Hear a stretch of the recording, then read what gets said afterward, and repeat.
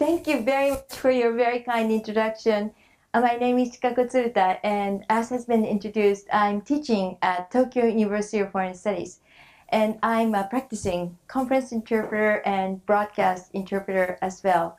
And today, the topic I'm going to talk about is mainly on simultaneous interpreting and how I had done the broadcast interpreting for the State of the Union address by President Obama is going to be included in the talk as well. And before I begin, I just want to ask you, how many of you are interpreting students or interpreter? Actually, okay, let's see. Let's see your hand. Yes, okay. And the others, I suppose you're studying Japanese or students at this majoring in other than different languages. Okay, so all right. So the part about the State of the Union address is going to be English into Japanese, but I'm going to talk about broader issues concerning simultaneous interpreting. So I hope that everybody would enjoy what I do as simultaneous interpreting. I really enjoy what I do, and as has been introduced, I have more than 60 students who had graduated since I had started teaching at Tokyo University of Foreign Studies. And I'm very proud that I'm both teaching interpreting and also I'm practicing interpreter, that I mix those two careers. Yes. Okay, so I titled my talk, A Formula for Success in Simultaneous Interpreting. But before I begin this formula for success, if there's any such thing as formula for success or not, well, I'll tell you later, but I just want to go over, well, then who are interpreters actually? Well, what? Okay, yes. So can you give me, what do interpreters do? Yes. Who are interpreters? What kind of work do? Spanish, English. Yes. And court. Yes, I see. Okay. Mm-hmm. All right. Okay. So you're court interpreter. Okay. So court interpreting is, of course, yes, consecutive interpreting. Yes. Mm-hmm. Do you practice often or? Not that often. Mm-hmm. Sometimes. Okay. Great. Okay. Are there any other interpreters there? Okay. Can you tell me what kind of job? Yeah. I don't do tests, but I do interpret for conference as well. Yes. And also legal, of course. Okay. And So. also do over the telephone. Mm-hmm. So it's both simultaneous and consecutive. Okay, fine, great. Okay, so you do court interpreting and you also do conference interpreting. Yes. Okay. So actually, there are so many types of interpreters actually, and it can be court interpreting, or it can be conference interpreting, or like in my case, I also do broadcast interpreting. So there are different kinds of interpreting scenes. But if you take out the essence of what do interpreters do, how would you say? For example, yes. Say you basically just interpret, or you're like communicating, with what they have without taking any gist or anything. It's just as is. You give it.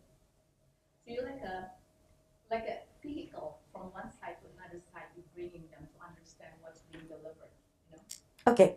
All right. So you brought up the point that you're a vehicle and you act as a communicator. Great. A bridge. Okay. Yes. All right. So now I have a very commonly used metaphor that is a bridge between the two cultures or two speaker and the audience, two parties. So actually, interpreter is really what makes communication take place in a place, actually. So the fact is, in interpreting, the communication is immediate. It takes place on that place where the communication is supposed to happen. So that, I think, is really the essence of what sets communication specialist job interpreting away apart from translation. Translation, you have time to think, you have time to reflect, and you can try to choose words. And another thing is interpreting has to be done spontaneously and on the spot. You can't say, maybe you can ask a question to the speaker, maybe once in a conference or twice in the conference. If it's consecutive interpreting, you say, oh, can I say that again? You know, but if it's simultaneous interpreting, you don't have that luxury. And you can't say, oh, playback, you know. So whatever you heard, whatever you can do on the spot, you just have to do your best. So in simultaneous interpreting especially, you're really, really working as the speaker is speaking, and we are really making the communication happen on the spot in the room. So we are, as interpreters, we are the vehicles of communication, as you said, and we are the bridge of the communication, but it has to be happening on the spot. Okay, so simultaneous interpreting is what I do usually. I sometimes do consecutive interpreting. For example, what was listed as what I did for American-Japan Society, that part, a little bit of that talk happened consecutively because before the speaker went to speak on the podium, then at the bit of the interview with the president of Japan America Society, that part was consecutive. So that did take place consecutively. But mostly it's nowadays it's simultaneous interpreting. In interest of time, especially, I think you know, since if there's mostly people who understand like in this case, if the audience is almost all people who understand English, and there's only a few, let's say the delegation on the Japanese side who are speaking in Japanese, then the most of the talk, if it's done simultaneously, then that's very the efficient way of keeping the communication going. And when I say who are the interpreters and what really makes interpreting possible, well, it's also true that with the advent of the technology now, simultaneous interpreting is the norm of this interpreting profession. But sometimes you don't have the communication equipment that's necessary to do it simultaneously. But I also would want to reflect in history. So who are the interpreters and what kind of jobs did they do? Because I'm very interested in history also. So I just give you two pioneers of interpreting, which I find very fascinating. Okay, so one is this gentleman. I also studied French in my college years, so I do understand French, but I suppose it's pronounced André Caminquer if you pronounce it in French way. And I looked up his history, but then it says 1887 question mark. So we don't know if that's for sure the year he was born. But the thing about him is that he's said to be the first broadcast interpreter. And another thing that is very interesting about him is his daughter is the famous French actress Simone Signoret. And there is a memoir that was written by Simone Signoret in which she says that her father one day came home very tired, and that was the day that he interpreted on radio. There was no TV those days, so he interpreted on radio the address by Hitler from German into French, and that was the night that he came back very tired, according to this memoir by his daughter, Simone Signoret.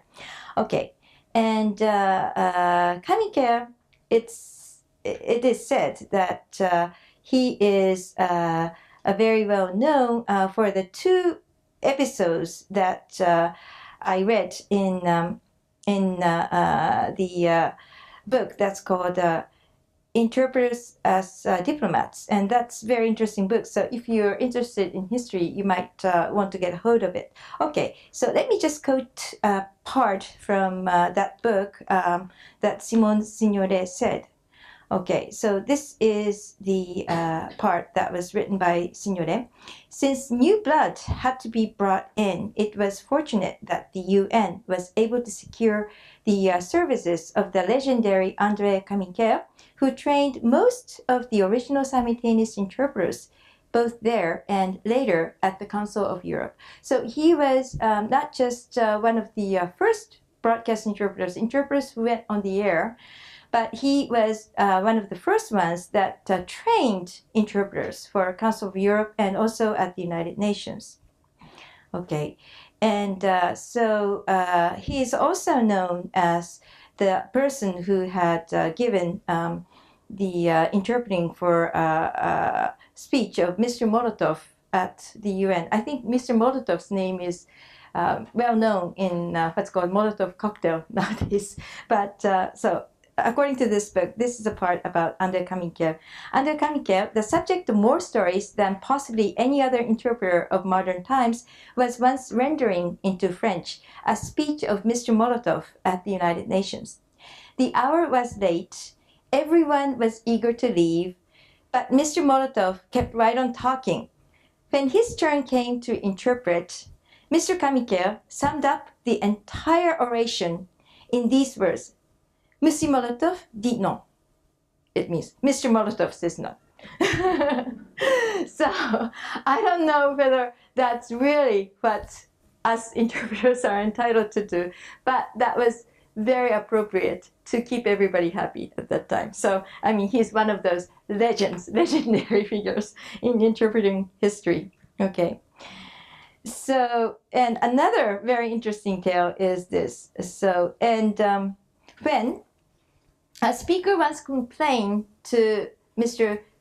Kaminker that is not exactly what I said, the interpreter replied, "No, sir, but it is what you ought to have said." That's another legend. So, like I was saying, our job as interpreter is to make communication possible in the room that the communication is taking place. So, if you stick to those concepts or definitions, he did exactly what was right. But I really find fascinating. I don't know whether I can be as brave as Monsieur Kaminker, but I really, yes, from those two episodes, I think he's really a legend. Okay. Another figure which I found in history, which is very fascinating, is Jean Elbert.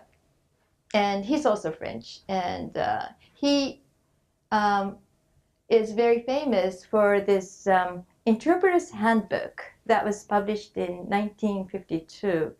And I don't know if you have seen this, but interpreter's handbook on the web, there's a Japanese translation of it. So you might want to take a look at it. But the Japanese translation of his work, Interpreter's Handbook, it actually is guidelines for being a conference interpreter. And what I find fascinating about it is it doesn't really look old even nowadays. So the principles of what's necessary in conference interpreting is already there. And according to this book, once again, Interpreters as Diplomats, Jean Elbert is quoted as like this. Upon the establishment of the United Nations in 1945, Elbert was invited to organize the Corps of Interpreters, which he directed for 3 years. So those two gentlemen were very instrumental in having the interpreters at UN receive the necessary training back in those days. Okay, so one thing that fascinates me is that, even if you go back in history to the time that conference interpreting or simultaneous interpreting came into being, the principles are still the same. And we do find those giants of those days that really struggled with the profession and also tried to bring up many very good, talented conference interpreters to really make the communication possible during different languages, not just Japanese English, but of course in those days, most European languages. But anyway, at the United Nations or at the Council of Europe, that's where the origins of simultaneous interpreting really were in place. Okay, and nowadays, Okay, so according to AIIC, that's Association Internationale des Interprètes de Conférence, which was set up in 1953, and this just celebrated the 60 years of its establishment. And I'm an AIIC member, but unfortunately, there are not too many Japanese AIIC members because I think one of the reasons is that the Japanese market really does not require that we are AIIC interpreters. But in Europe, it's really very important that you are AIIC interpreter. And how to become an AIIC interpreter is that you need to have recommendations from your fellow AIIC members, and that you are well, kind of like it's kind of a mutual kind of almost a guild-like association. So we just make sure that we are good enough as interpreters to work in the booths together. So we are recommended by fellow interpreters to become a member of the AIIC.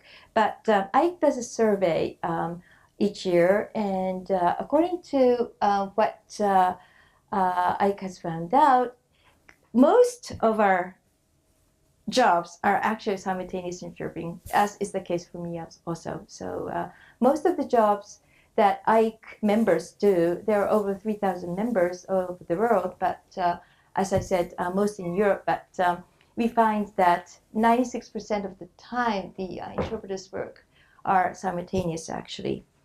Okay, and as I was asking you, I also did find out that we have court interpreters in this room, and more we do also find that there are courtroom interpreting and also community interpreting and non-direct contact interpreting, such as remote interpreting or interpreting over the telephone or interpreting over well, I think we can do it over using the more digital technologies nowadays. Yes. Yeah, like conference call or video link. Yes. So we do have those niche markets, but we do find that most of the time it's simultaneous interpreting. Okay. And the next topic I'd like to have your attention to is what then are necessary to be good interpreters. Since we have two interpreters, maybe I might ask you, or for this anybody can answer, because you can be users of interpreters, or maybe you're just interested in communication at large. Well, okay, please, yes. You have to know the two cultures well, not only the languages, but you have to understand the culture, the Yes. politics, Mhm. the geography, the history, Mhm. what goes on in the country.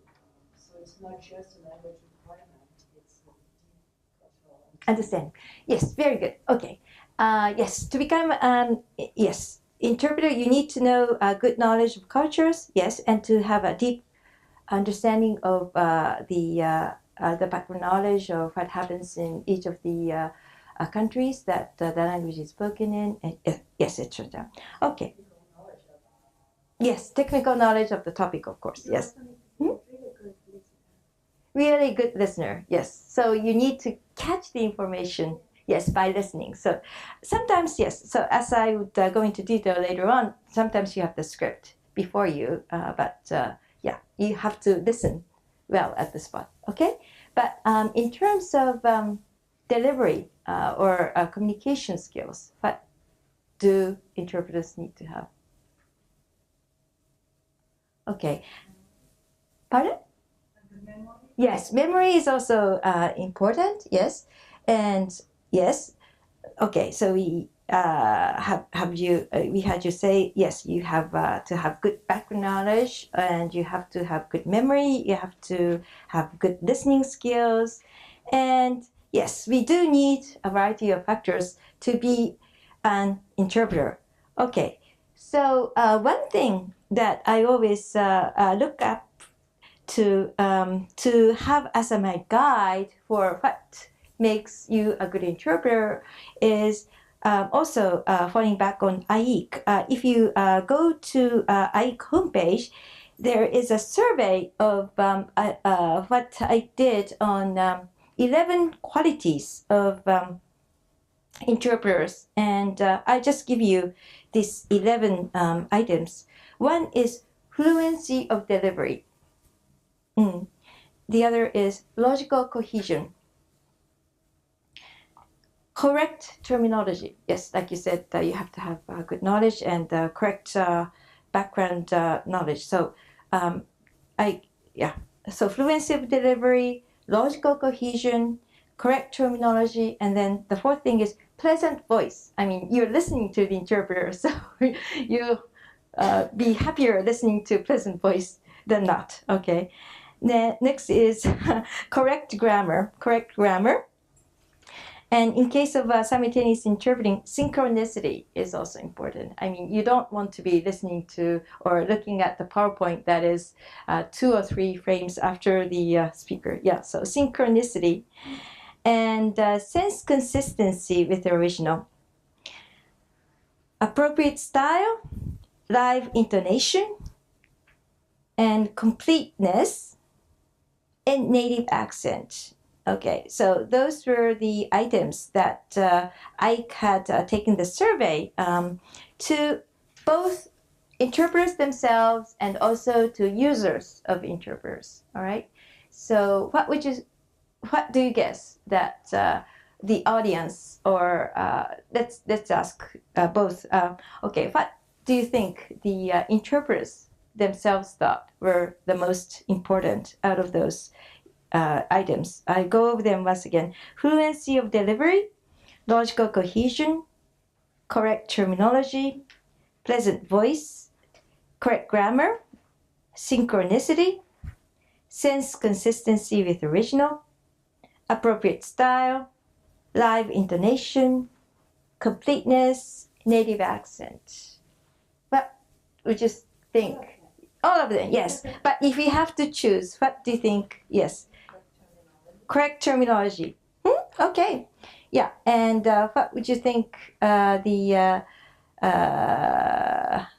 audience had thought was the most important? Pleasant voice. Very good point, actually. Yeah, pleasant voice. Yeah. Okay. Pleasant voice. Yeah. Okay. So let's take a look.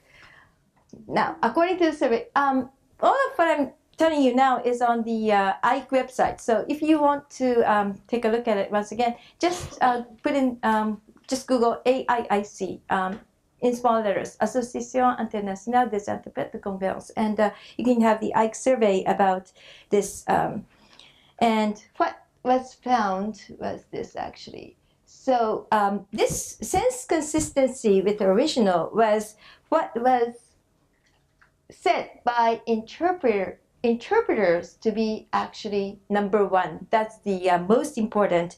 More than half of the AIIC interpreters, actually 70%, said that sense consistency with original is the most important.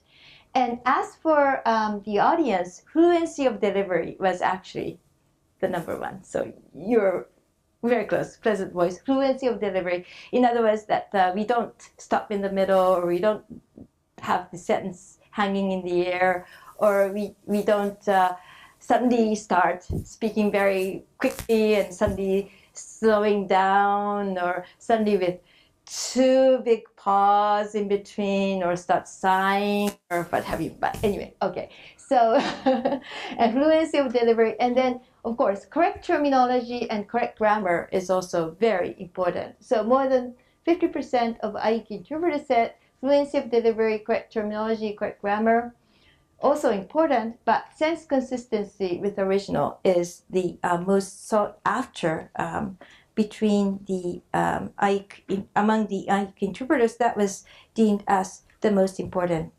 Okay, so this had me thinking, okay, of course, to become an interpreter, you need to study very well the material that you're going to interpret beforehand. So in any kind of interpreting, having good knowledge on the subject, like you said, is crucial. Otherwise, you cannot do any interpreting if you don't understand the material. If you don't understand what the speaker is getting at, how can you give a rendition of that in another language? Or how can you keep up with the speed of the speaker if you're in simultaneous speaking mode? Okay, so correct terminology, you really have to study, even if it's meaning that you have to memorize 300, 400 words in over a night.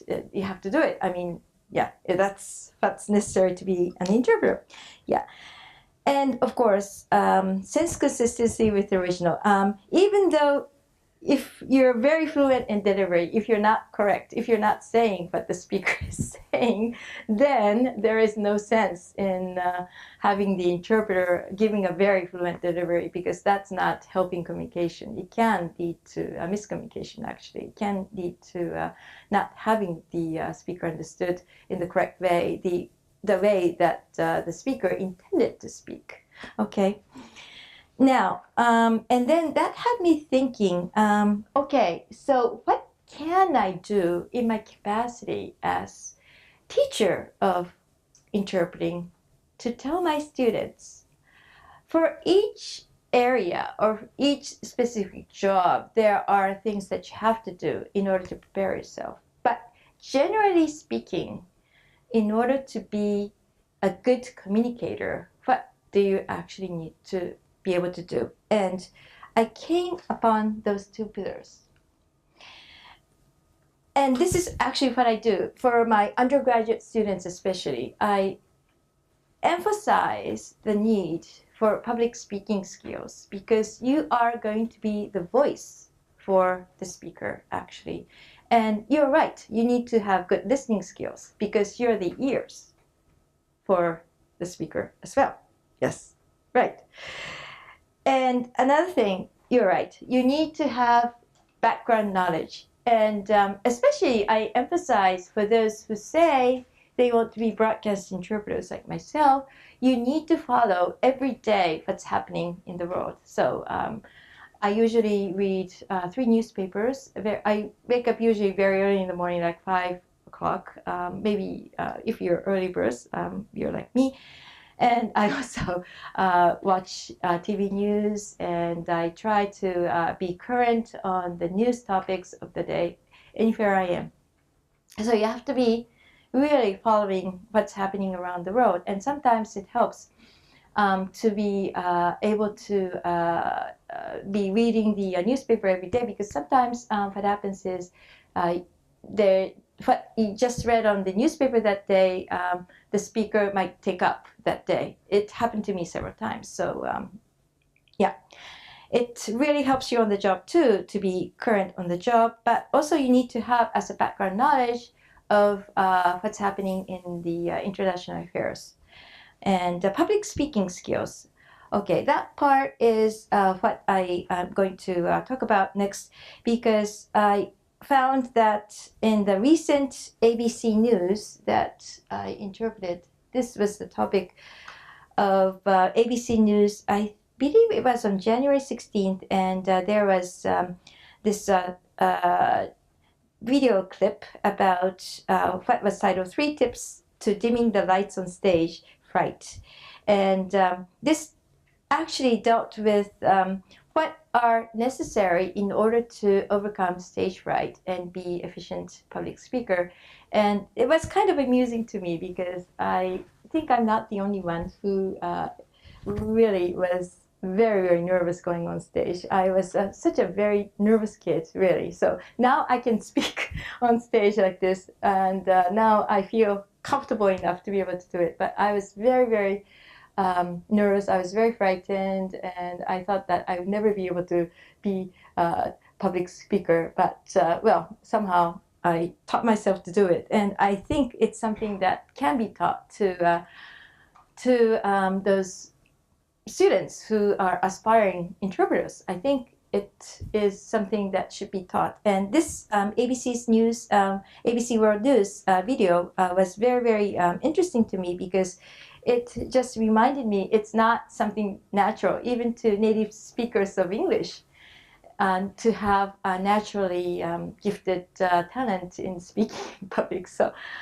this was quite interesting to me. And in this video clip, there was a part where it said that to be a good public speaker, what you need to do is you should need to be cool, calm, collected, and connected.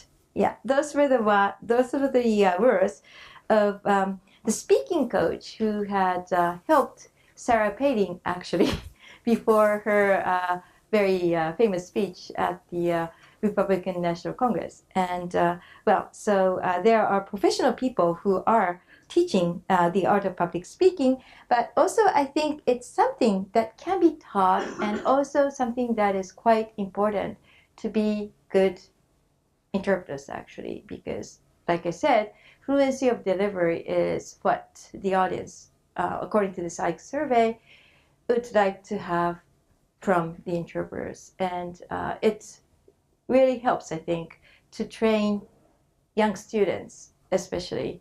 So I try every way I can to make them try to be comfortable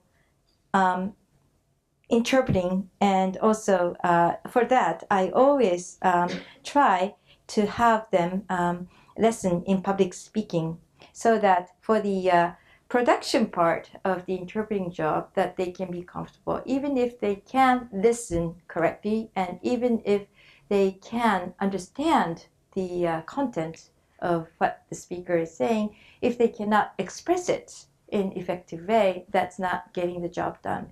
Because I always tell my students, it doesn't matter if you understood the talk or if you understood 100% or if you're clear on what the speaker is saying. That is not what counts. If you cannot convey it in an effective way and make the audience understand what is being dealt with by the speaker, then you're not getting anything done at all. Yeah, of course, you have to be able to listen and get what the speaker is saying. Then that's the starting point of beginning your interpreting work. But that is not enough. Even if you can listen to the speaker's talk 100%, and even if you can understand it 100%, the important thing is getting it delivered for the audience so the audience can understand 100%. What I usually say to students is that let's try to imagine somebody who is going to work in a foreign country. And if that person's foreign language skill is, let's say, 20% of what he can do in native language, let's say, then if he doesn't use an interpreter, if he or she doesn't use an interpreter, what he can do as, let's say, a businessman, well, the communication would be cut to just the limitations of his language abilities to whatever he can do in that foreign language. But if he can have a very good interpreter, maybe his or her communication ability can be even more than 100%. Or the original, let's say 20% or so, I'm just, citing this number, but of the foreign language skill can be enhanced maybe to more than 100% if the interpreter is also knowledgeable about the culture aspect, so that the interpreter knows how it can be conveyed in the most efficient way, in a most well-presented way, public speaking wise as well. So the impression that the business person can give is very much changed thanks to the interpreter, if interpreter has those skills. Okay, so let's go over once again what takes place in interpreting. Okay, yes, listening, of course, you have to be able to listen 100%. But next, what takes place in our minds as interpreters is we have to analyze. We have to analyze the information so that we understand what the speaker is trying to get at. So understanding. So we analyze the content based on the context and based on the audience, what is being said. Like the example of Monsieur Kamikaze, the United Nations, if he can understand the audience well enough, it's now midnight, everybody's had a very long day, a tired day, and the essence that he needed to convey was Monsieur Molotov dit non. Well, that's an extreme case, but he did the correct analysis. So and he did a good expression in it, very brief and concise to the point, which is necessary. In any kind of efficient communication, you have to be concise and to the point. Okay, so that 3 steps in, I think, in interpreting what takes place in interpreter's job. But as I said, the last part, the delivery part, is what really is necessary to be taught, I think. So that's one aspect that I do take up consciously as my teacher, as my teaching job, that I try to teach the art of public speaking, how we can be efficient public speaker. Okay, now I want to give you a sample work of broadcast interpreting. Now, I think Yumiko Sensei might be able to help me on this, but I have distributed to you. So, okay, from here I am going to play a clip of actual simultaneous interpreting job that I did, but since it was something that was broadcast, I prefer that I don't have it videotaped, so please cut it off here. And now I switch from the PowerPoint to whoever has the 2 sheets that I had marked up. I would, if you have the sheets, I would want you to take a look at it. It's President Obama's State of the Union address. I'm sure you can get it from the website of the White House. So this in itself is nothing secret. And I'm sure that you can listen to Mr. Obama's speech on the website also. And I would think that you probably have listened to it when it took place. Okay, what I had marked up here are actually the 2 sheets out of the 9 sheets that was distributed on that day as I went to work. I had myself and my interpreting partner. We did Junkin, and yes, and I was second. Yeah, so my partner won. So she went first. Okay, and we had 9 pages. So what we did was she took the first sheet. This came in 10 minutes before actual broadcast. So yeah. So what we did was we divided. I gave her pages in odd numbers 1, 3, 5, 7. And I took the even numbers 2, 4, 6, 8, and we had the 9th page. So what we did was we cut this in half. So I took the latter part. Okay, so that's how we do it. So, and what we actually do is what's called sight translation. Actually, you can see how it's all marked up. So what we did was my partner was interpreting the first page, and while she was interpreting the first page, I prepared the second page, and when she was doing the 3rd page, I prepared the 4th page, you know, in that order. But what goes in here is, I think you can probably read my very bad handwriting, but it's actually, if you know how sight translation works, it's going by segments, by chunks, and getting it, the rendition. But what I did here was, in ways of preparation, the 3 steps actually. So analysis, understanding, expression. So analysis, I marked the parts that I thought that I would need to think ahead, if I can, of the right term to express. So those parts I did write down what I intended to say on the spot. And sometimes what I did was I circled those terms that I felt was particularly important.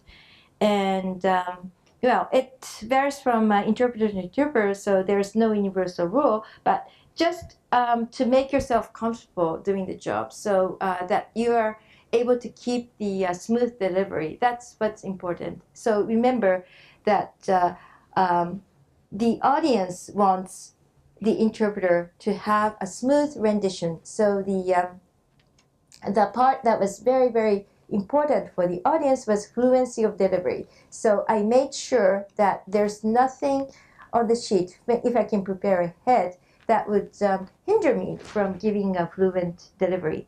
And correct terminology, yes. So for the more technical words, it was not very technical, but for the terms that we have translation, set translation terms, those terms I of course wanted to give the correct terminology. So those terms I did write down to make sure that I do it right.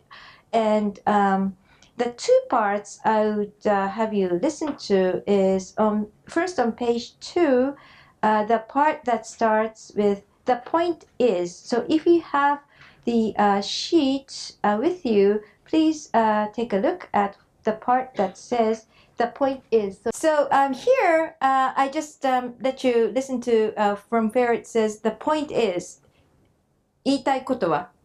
I translated that as 言いたいことは into Japanese. And then I think this is I think one of the highlights of the speech. So I think you probably recognize. And what I kept in mind for this part is that I don't fall behind the speaker. So I'm very relieved when the applause comes because that gives me a breakthrough. But the important thing is that I get the timing right. So opportunities we are 機会こそが私たちの本質であります。So I just added some words is who we are. 私たちの本質 meaning that's the essence of Americans. Well, so I just wanted to make explicit what was implicit, I think. So the Japanese listeners can understand. Opportunity is who we are. Okay. And the defining project of our generation is to restore that promise, that part. Yes.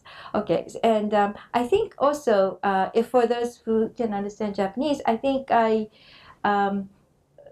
made it clear that I kept it short. I kept it very brief so that each part is exactly matching what President Obama is emphasizing. Each of those who's the CEO of America's largest automaker and the son of a barkeeper is Speaker of the House. I think that got a very big applause. And of course, that's talking about himself, how the son of a single mom can be president of the greatest nation on earth. Yeah, okay, so that part. So I hope I was able to illustrate how I try to do it, synchronize the rendition. Okay, and I give you another example. Yumiko Sensei, I'm sorry to have you do this for me. But okay, so this is the last part, which was very, very, I would say the highlight of this State of the Union. Okay, please. Hi. Okay, so let me wrap up. So in the effective training, as I was saying, I think it's necessary that you be a good speaker. So I always say for the public speaking skills, those are the tips that I always tell them. All right, so tell your story, actually. As an effective training, those are the two texts that I use. In other words, by Mona Baker, and よくわかる逐次通訳 is what I had authored myself together with two other professors. But in public speaking, what I always say is you should tell your story. So the interpreters also is like a speaker. So we should be able to say in our own words in order to give fluent delivery. I think that is very important that you not translate directly word by word. If you do that, you don't have fluency of delivery. So if you are thinking that you are the speaker, you can tell it. You should be able to tell it in your own words to make it a more lively delivery. That's one point. And the other thing is vary your voice. So if you just interpret word by word, if you're trying to stick more to the original script, then you tend to be so monotonous.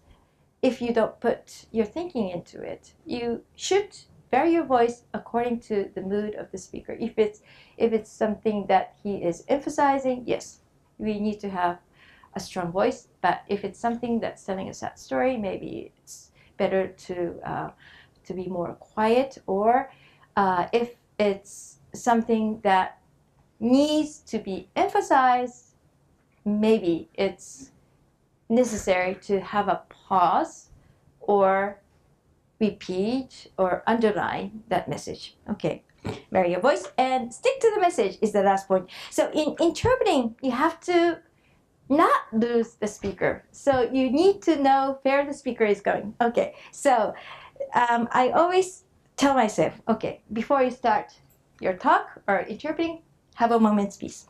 Okay, no rush. And even in simultaneous interpreting, take notes so that you know the important points, you don't miss the important points. And the last but the most important message I wanted to bring across to you today is this: always stand on your listener's side.